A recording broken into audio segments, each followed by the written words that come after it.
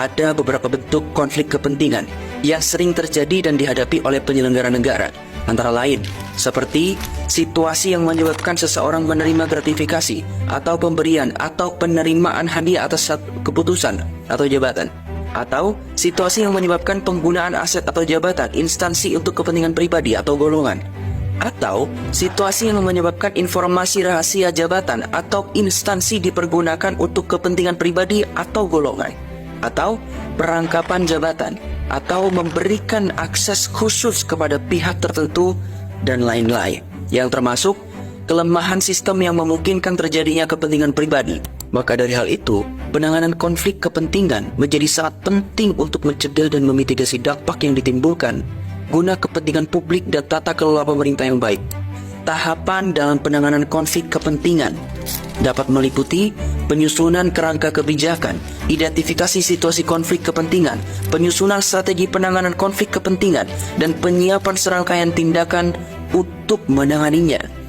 Dan keberhasilannya pun dari penanganan konflik kepentingan ditunjang oleh beberapa faktor, di antaranya komitmen dan keteladanan pemimpin, partisipasi dan keterlibatan para penyelenggara negara, perhatian khusus, langkah-langkah preventif, dan penegakan kebijakan kepentingan yang pada dasarnya dilakukan melalui perbaikan nilai, sistem pribadi, dan budaya. Prinsip-prinsip dasar yang terkait dengan keempat hal tersebut mengutamakan kepentingan publik, menciptakan keterbukaan dalam penanganan dan pengawasan konflik kepentingan, mendorong tanggung jawab pribadi dan sikap keteladanan, serta menciptakan membina budaya organisasi yang intoleran terhadap konflik kepentingan.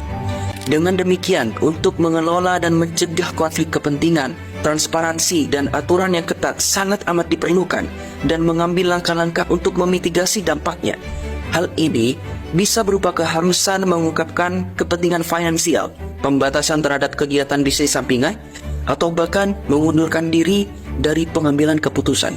Ketika konflik kepentingan tidak dapat dihindari, pada akhirnya kesadaran dan pengelolaan konflik kepentingan adalah kunci untuk memastikan bahwa keputusan yang diambil tetap objektif, adil, dan berfokus pada kepentingan publik.